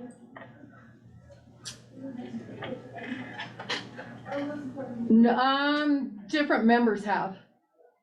Greg has But PB no, we Swims- haven't as PB Swims. No, and that was, so we were gonna ask the commissioners first, countywide sales tax, then we were gonna go to the citywide, if you all said no. But the city doesn't have a sales tax. The city Right, so we only found that out. county. And as far as That's funding not true. The goes, city can impose its own sales tax. back in Oh, that is true. I'm Yes, sorry. you can. I stand Yep. corrected. We could impose a separate sales tax. Yeah. But then we'd have to collect it. Yes. Gross. And that's another thing. Administration, preparation, planning, Yeah, we've to seen that. actually function Well, and Imagine that. we did plan back in 2004, the city was gonna give 20 grand of conservation trust funds a year. They did it the first year. As I said, the taxpayers, we just handed it over to the county and thought, hey, magic, it'll work. And that's the only year, 2005 was the only year that the city ever put the $20,000 of conservation trust funds toward the pool. But the only people to blame is ourselves for not making sure that plan was followed. So I'm not calling you out. Sarah, we were aware that the city didn't have a structure in place for collecting any tax increase. That's why we are coming to you, because then if you're IGA, that's how it goes to the city. It's not that we're ignorant and unplanned. No, Just I wasn't accusing this group. I'm saying to gain sophistication and to look at long-range planning. I mean, I think it is a, it is a. We're not unplanned. It's not an We excuse, were aware it's of the just. facts. We were aware of the facts. We do try to. How do we pool, how do we collect all the resources and be really smart about this to sustain all of it? And part of that is the options of city administration, which, as you said, doesn't currently exist. Well, we paid for a master plan that we were sure this would help determine where to allocate funds. The PROS master plan. In 2014, there was a comprehensive master plan. You have your cost recovery analysis. We've been planning and planning and planning and talking and talking and talking and no action. We'd really like some action. I don't have, okay, we'll take one more comment. Christy, you're good. Sure, I just wanted to share what I had shared with Jane was Proposition GG last election passed, and it requires that any citizen initiative ballot measure includes what the fiscal responsibility, like if it passes, this is the fiscal impact, if it fails, blah, blah, blah. And that could be really laborious for a citizens initiative group to get stood up without the support of local governments. So that's what I had shared with Jane. Okay, thanks, Christy. And I don't think that is comprehensive as it stands either, that full fiscal impact. Mrs. Dunn, you'll be the last comment. All right. I'm 86. I moved here in 1962. I took life-saving at the pool. My children learned how to swim at the pool. It was an old dead building next door to the 6th Street Gym. We had a pool. Then we vote on a school. Oh yes, if you will vote for this school, you will have a pool. You will have a hand, whatever that is. You'll have and so we voted. And we got a school, and we got a pool. Now we do not have a pool. We still have a school that needs Band-Aids and wire, and that could work. Why? I mean, I know you're talking comprehensive. We're going to have a this, and we're going to have a that, and we're going to have a that. And so, please, everybody, and I'm a constituent, please, all you constituents, vote for this big, big plan so that we can have all of these things. And when is that gonna happen? And how is that going to happen? We have a specific plan here that would bring a pool to the children, to the mothers with newborn babies who want to teach their children how to be unafraid of the water, to the school kids who need to learn how to swim. It doesn't necessarily mean the people in this room. We're not gonna be here, maybe, especially if there's a comprehensive plan in 15 years. So I personally feel like we need to do something as soon as possible rather than later. And you are talking later. That's all. Thank you. Any other, I mean, I think you have our consensus, unless I'm misreading No, I the, just- polling the board. Well, and we're just a work session, right? Yeah. So, So you can't make any decisions at this meeting. Can you post what your comprehensive plan is and what the timeline might be on your site so that? We don't have that yet, Linda, we're still working for it, because it takes a long time to collect the partners. It's been 2.5 years that we've been without a pool, and we've pulled our planning We also had together. a global pandemic. And I think what Glenda said there makes a lot of sense, because we're just gonna wait and vote. I'm not gonna I wanna vote for point out that something the that doesn't have a The pool pool. cost the people who used it, it wasn't free, like the ones in Denver, for people our age, right? And so if the pool was repaired, even if it only lasted a number of years, and there could be a fee, according to your income, you know, to use it. Wouldn't that help? I mean, A fee schedule will certainly help. yeah, Spending 10 million for a 2-year interim fix? it's not 10 million Doesn't for the seem- 2-year, is it for into perpetuity is what I'm understanding. But the county doesn't own a facility. The school does. We do, we do. The school is up for renovation, not replacement. That is now a fact, correct? Felicia I can tell don't know us, if yeah. that's Yes. actually the fact. Yes, yes. Thanks, you three, for taking feedback about the pool. At the engagement November 9th, 2021, you did not. So thank you for taking our feedback today. Thank you for being here. Thank you, Jane. Help me out, Terry. Thanks, everybody, for coming.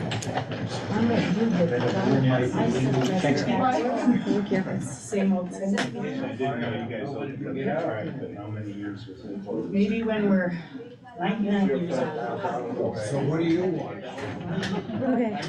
I'm here to learn. I'd like to see you in the pool again. I loved it in the pool. Yeah.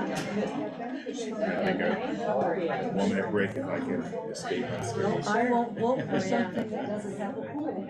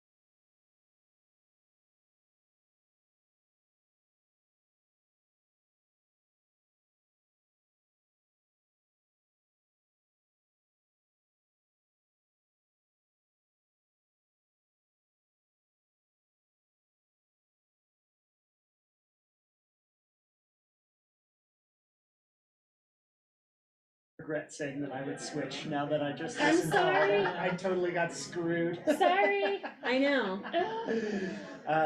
But All Ready right, to jive. all right, well, okay, Adam Ducharme. Yep.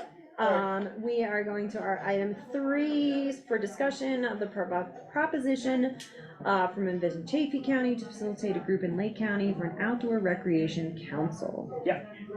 All right, so I think it's really important to step way back and get the context for this. And Sarah has been involved in these conversations in one capacity or another, so. I have a little bit of a background, and I think that as those evolved with that wildlife planning Yes, tool, exactly. they've changed. Exactly. And also, Exactly. the resources available in Chaffey continue to, I continue to be educated on what exactly they Yep. even are. Yeah.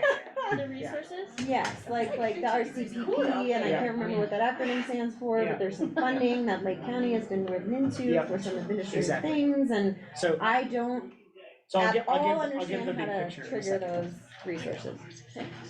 Yay, what does it stand for? I think, actually, it's been a couple of years. Regional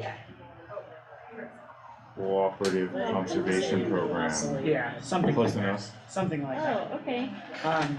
So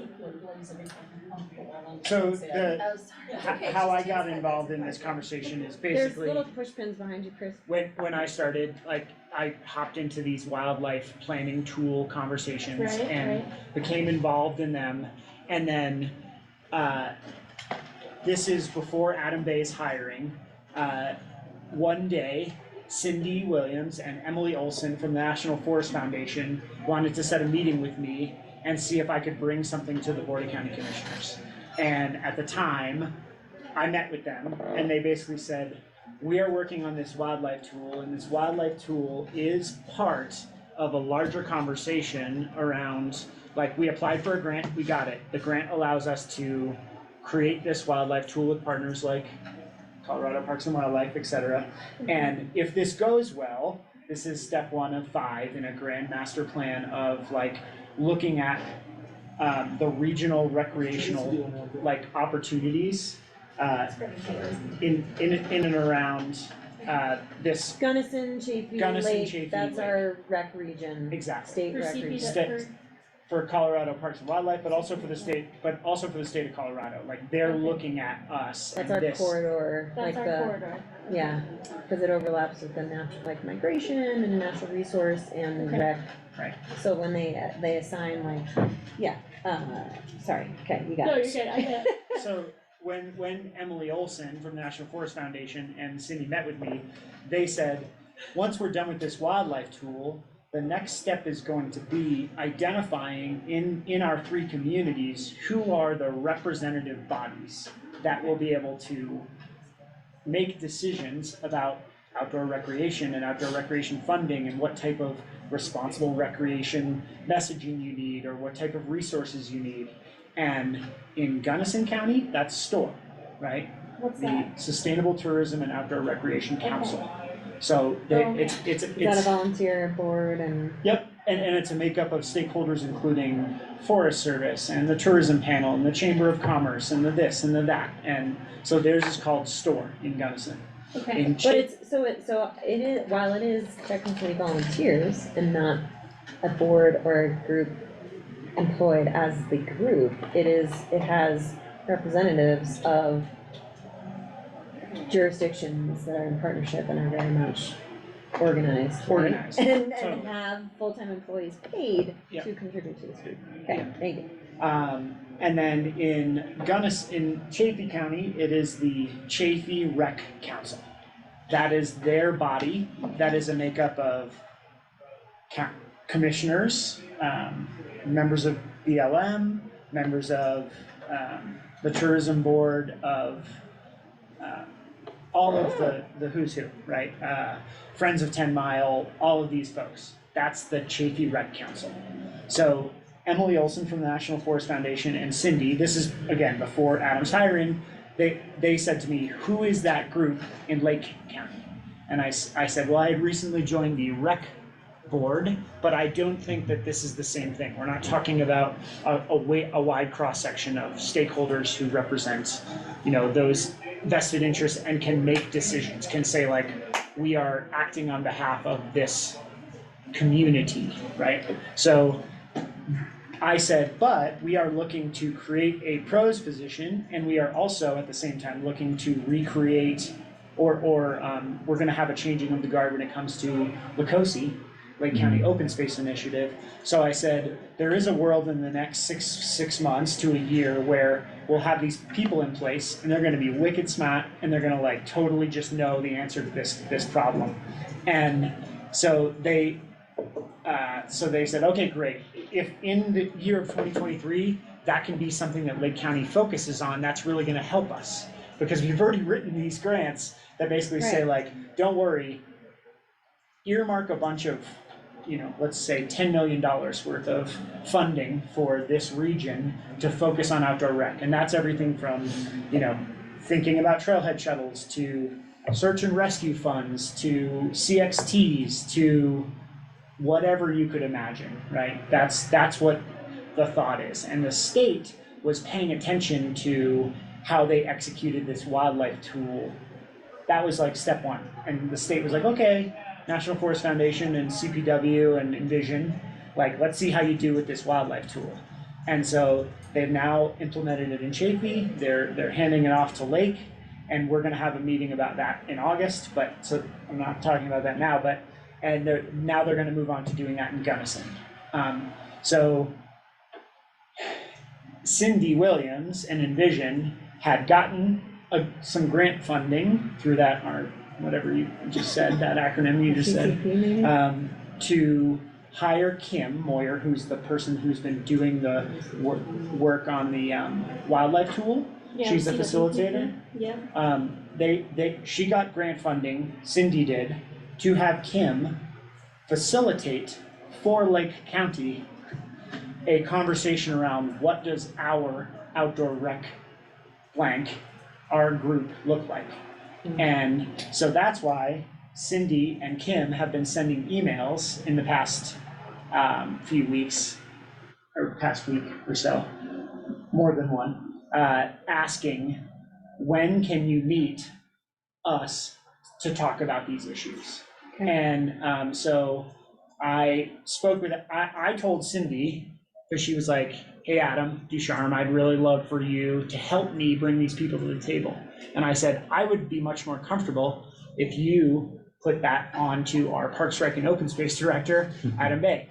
And for whatever reason, Cindy said, and this is where I'm not really certain 100%, like it might be personal history stuff or something, but she said, I think Adam Bay should be at the table, and he's one of the stakeholders, but he shouldn't be like the facilitator or the person who's spearheading this effort. So I have two conflicting thoughts. My first thought is, hey Vision, hey Chafee County, why are you telling us what to do, right? Like, why are you trying to square peg round hole, your rec council into our community? But when I think bigger picture and think longer term and think strategically and think state funding, I think we need to get some sort of council together. And we need one of those anyways, because in terms of the work that we're all trying to do around like outdoor recreation economy development and organization, and like just thinking longer term, what are our assets? What are our strengths? How do we grow our tourism economy, our outdoor rec economy? Man, oh man, would it be incredible if there was like a cross-sectional group of stakeholders that were at the table. Feels similar to me to the types of folks who come together for LaCosi meetings. So my recommendation to the board, and I talked about this with Adam Bay, and we were in agreement on this, is like, one way we could proceed here is to tell Cindy and Kim, thank you so much. We don't actually need the professional facilitation services that you're providing. We at Lake County are going to take this up on our own, and that we essentially like assign this duty to be a line item or a part of the job description for LaCosi. That would be one way to do it, where it's like LaCosi, who convenes private landowner, or convenes land managers and all these constituents, all these stakeholders, like one of the part of your meetings is if there is something that comes up around regional planning for wildlife or how we spend money on our 14ers or anything like that, that you are the facilitator of that conversation and you get the quorum, you know? That would be one So, thing. yeah, I think maybe you said job description, just mean agenda item. Agenda item, Okay, exactly. Okay. Yeah, Sorry. yeah. Because of the topic, it's very, I, you need to be very explicit. yeah, exactly. Well, and I guess really it comes down to, yes, you're right, exactly, like, depending on the direction that Lacosi goes, an agenda item would be to be able Yeah. to be that facilitator and make the biggest thing is the thing that I know that they're looking for is not like facilitation or quorum building for the sake of quorum building. They want to know that a group in Lake County would be able to come out of a meeting and have a decision made. Right. Okay, Do you know what I mean? yeah, And be so able we to don't go- currently have that, right? I don't get to feel that we have that in. But why would they say that our Parks Rec open space director could not be the head of that? Like, Right. that doesn't, that's just telling us, like, we would love to come into your town and do all this stuff, but whoever's in charge cannot be included. Well, yeah, wants to be at the table. I think her thought is that she wants to make sure that the perspective of, for instance, Forest Service is equally weighted, right? So I think that the biggest thing is like, if the county felt one way, but Forest Service is like, we just can't do that. But we felt that way and we made a decision one way or the other, that we need to make sure that the Forest Service perspective is equally weighted at the table. That's if I'm being like very pragmatic, I think that, and I'm taking their personal history out of it, that's what I'm thinking. Okay. And I did have two conversations with Adam, one where he got like very defensive about like, why are they telling us what to do? And then the second one where we talked about like, okay, the nuts and bolts of like, if you have land managers and you have county interests and you have X, Y, and Z that need to make a decision about like CRUS as an example, you know, this like CRUS, the recreational land use issues that are going on where all the Leadville 100 participants, where everyone's gonna have to sign liability waivers because it's on private land. It's like, okay, you're gonna need to bring that landowner to the table, you're gonna need to bring like Forest Service to the table, you're gonna need to bring Lifetime to the table. As this is just like one bad example of like an issue that involves more than one stakeholder. And if you say this is the duty of Parks Rec and Open Space, then it could be viewed as like unfairly weighted. And I mean, that's a fair question, and that's come up with some of the Lacosi transition thinking is, you know, it's like if it's facilitated or led by a county employee, is that person, you know, that person has to be careful in that meeting are they facilitating or are they like representing Dictating. the county? Yeah, or yeah. dictating, Yeah, even yeah. worse. You know, so, you know, Because you want it to be that free flowing yeah. of ideas from stakeholders. Yeah. And that is the function of STORE, and that is the function of Chaffey Rec Council. Like those two things, at least on paper, that is exactly what those two organizations do. Okay. So they're just, meaning like Cindy, who has written these grants, and you know, her partners now with GOCO and National Forest Foundation, they have written grants and they have things in place that basically say that these three communities are all aligned in making this happen. So my personal recommendation is that we don't throw the baby out with the bathwater, and we don't just like close the door and go like, thanks for the wildlife tool, we're out. You know, like I would personally think that I would like us to find ways, if we don't want the facilitation help, I totally understand. I'm happy to make the phone call to Cindy and Kim and say, thank you so much for your time and service, but we're good. For right now, we're gonna go circle the wagons and figure out what this entity is for us. Or we convene the stakeholders and we have Kim, you know, and Envision help us. But again, that will obviously have. Well, so I just am wondering what the negative side would be of the facilitation. Like, what would be the negative outcomes of the facilitation? So I guess what I would offer at this point, having gone through the CWPP and the wildlife tool. A lot of those things, CWPP was a bit different than the wildlife tool, in that we desperately needed an update. It was very, like, there was pretty good participation. It was kind of reviving partnerships and networking coming out of COVID. There are a lot of varying layers of benefit through that process. So never mind prepping for funding and getting like scientific tools, which helps us all speak the same language across agencies to be prepared for wildfire mitigation specifically.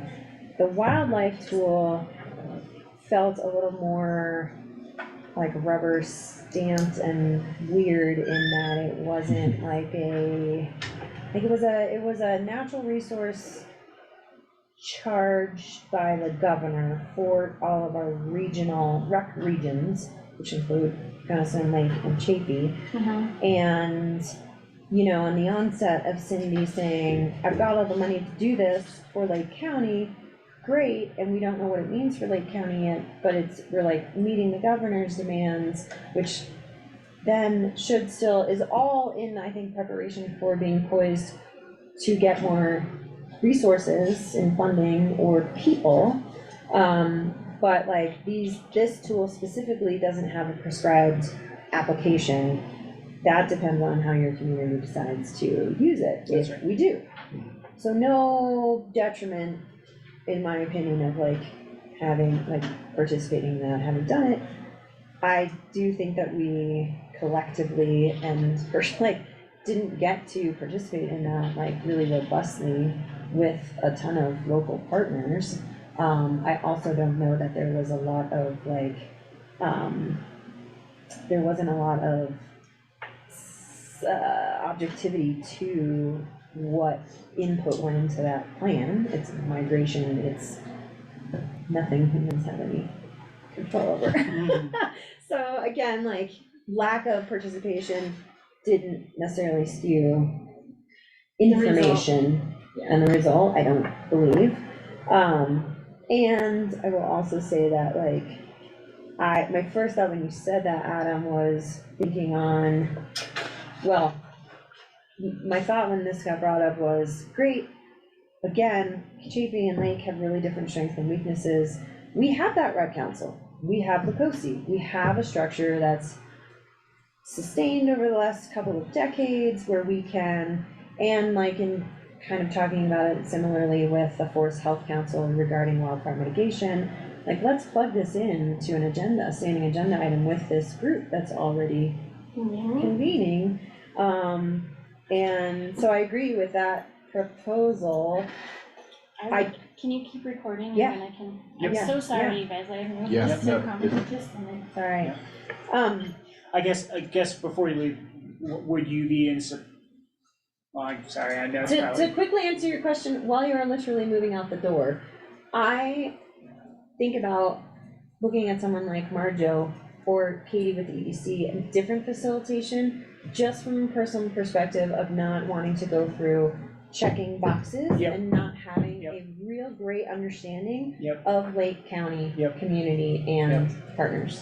I would offer proposing a different facilitator of some kind who we've been working with, who can, because I don't know that I've really experienced Kim in leading the discussion in that way, but pushing the process. That's right. Which I completely appreciate, and I don't want to discount her her effectiveness and her ability, but What's your thought of the conversations with Katie from the EDC? Yeah, process? she's great. I don't necessarily know if she seems more business oriented. This seems a little bit more resource, outdoor rec oriented, but I will say that I agree with what you're saying, that there's not a world where this doesn't get driven by Cindy and Envision. Yeah.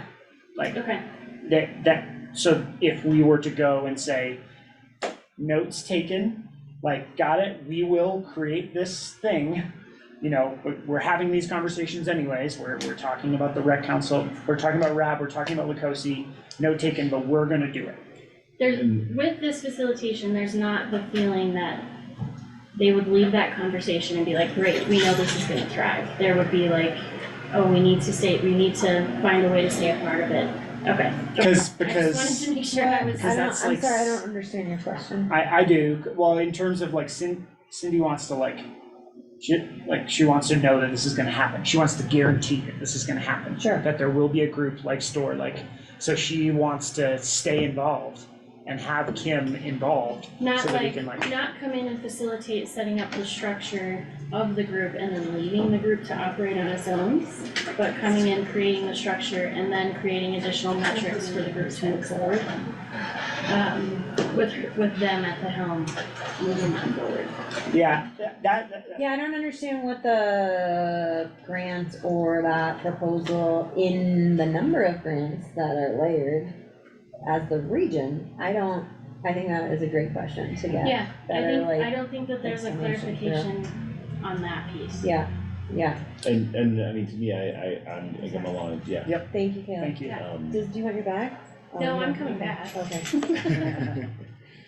And the direction you were going is like we're sort of like mid-process with Margot and like the transition thinking and Lacosi and building up pros and expanding it to have an open space function. So it will not work for Cindy and Kim to come in and like impose a template on us. Yep. You know, if they have funding and some time, it would be great to come have like 1 or 2 work sessions where they explain to us how STORE and I love that. how have those worked. Yep.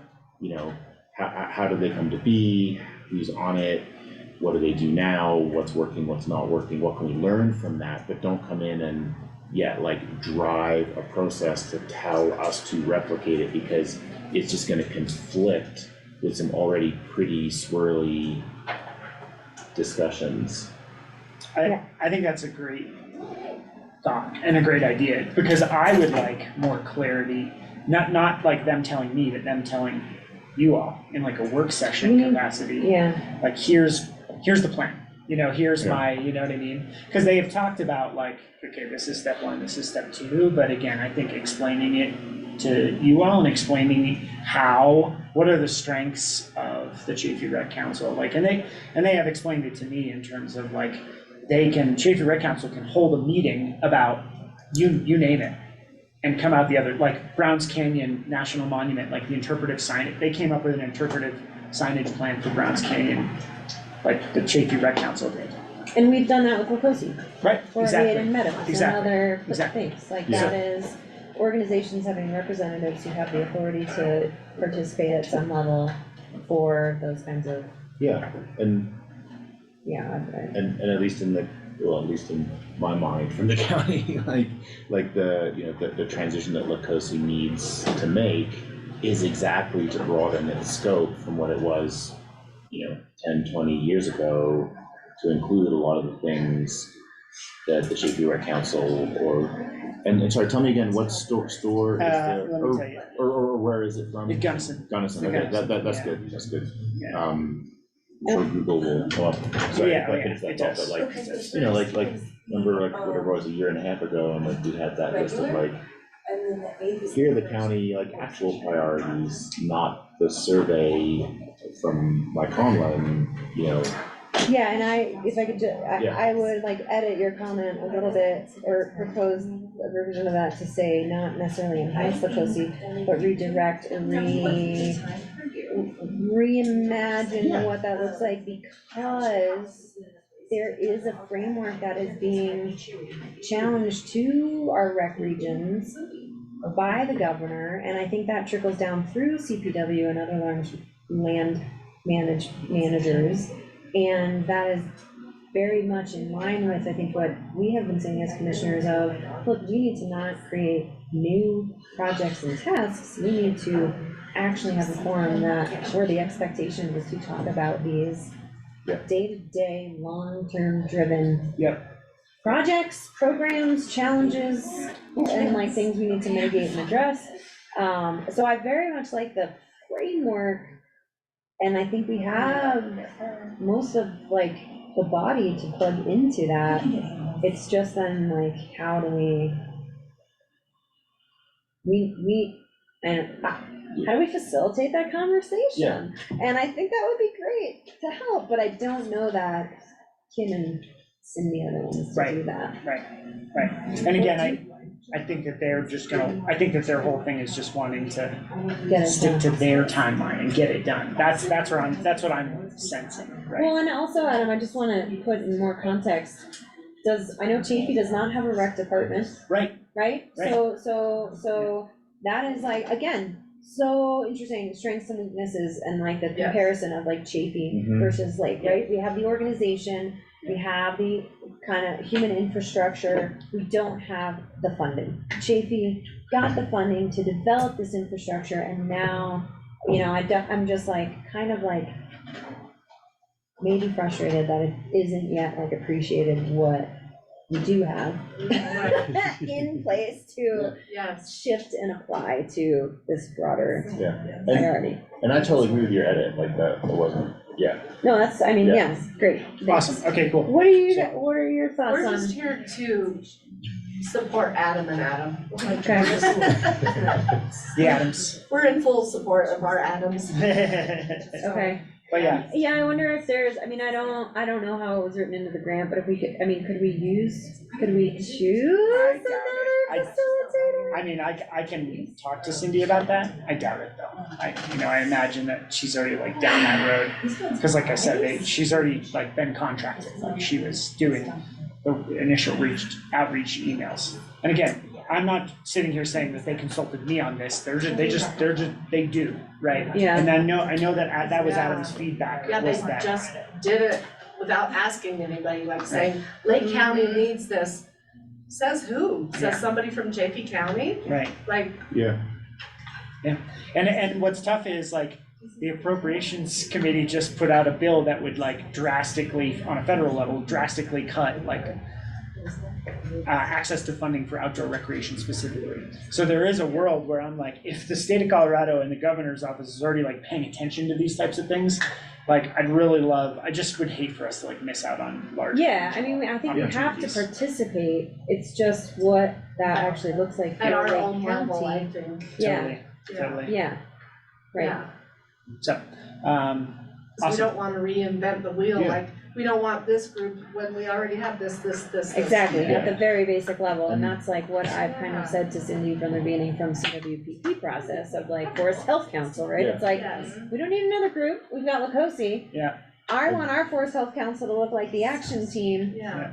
committee that's actually doing the work, because we can report back and get that feedback at Lacosi on a broader Forest Health Council level. Yeah, and just to re-say, it's like, we have a county level rec department. Right. That we are reimagining.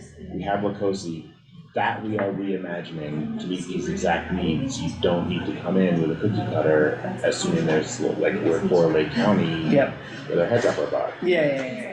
Cool, awesome. I'm gonna say just that. I'm just kidding. Yes, no, but It's not like we're just scattered, not knowing what to do. Every little bit has been functioning. COSI's been in place. Rec department, like, even though people don't think we do anything, we sure do.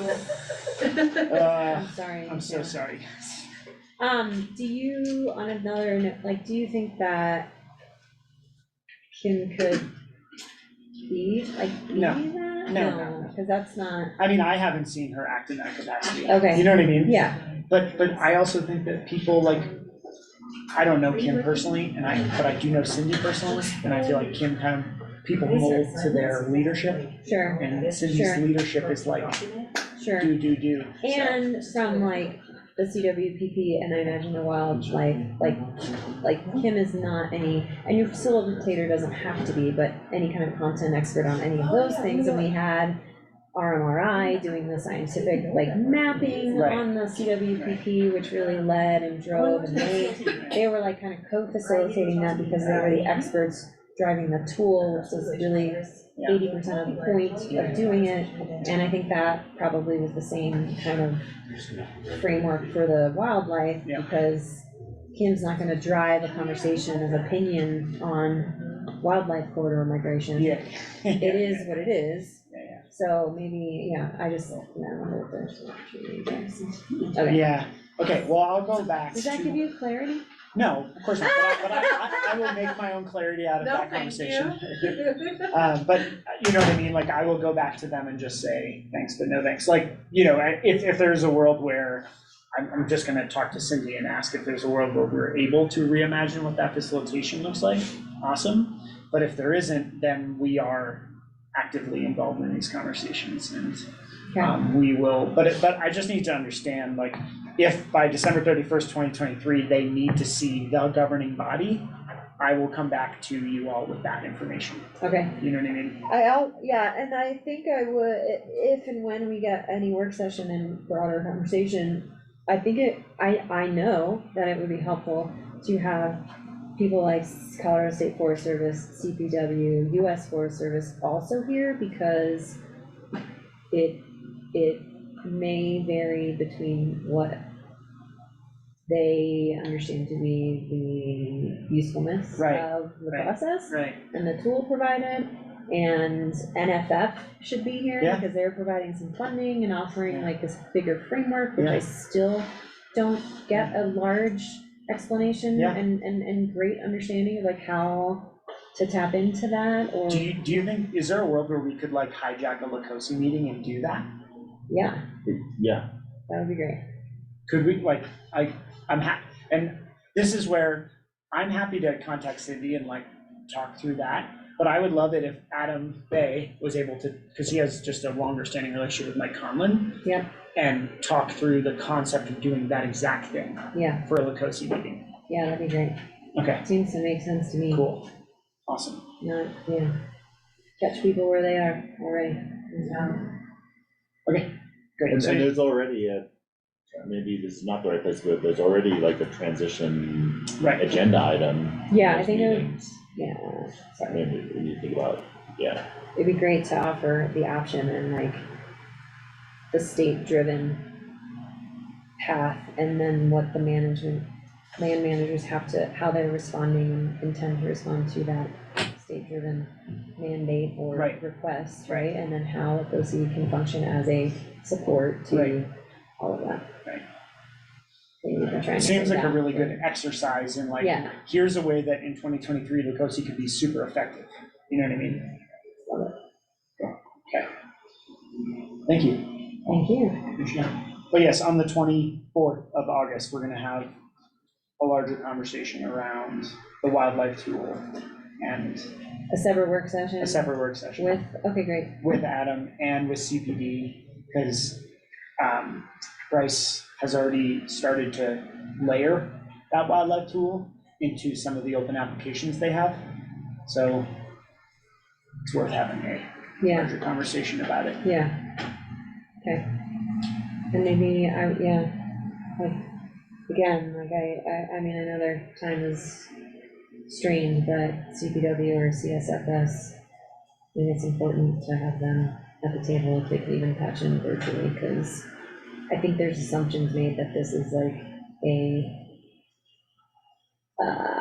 demand of like some level of using this tool as a demand of those land management agencies, but it is always very interesting and just like that between they're looking at their public lands versus private, and so like what their expectations would be to impose that across. Yeah, I mean, I will offer like at the last public meeting, it was pretty interesting to hear Patrick Mercer's like the way he was talking about the tool and about the ethos of it all. So I think that it would be great to, now that you're mentioning it, to include, you know, the 2/3 landowner in our community in this conversation, because it seemed like he was very supportive of how this tool could be useful to make the case for why X, Y, Z, why the Forest Service has to do X or Y or Z. Right. Yeah. Do you know what I mean? Yeah, and I think there's a nuance between like public entities driving planning and permitting, and then like a conversation of how we might or may not get out to private. Right? And I think it's maybe being interpreted. You okay over there too? Sorry, Tim. Okay, cool. Thank you for bringing that to our attention. Yes. All right, I will go call Cindy. Right, that's the end of our That's it. session. need to talk to you about what Goodbye, folks online. One of the best ever.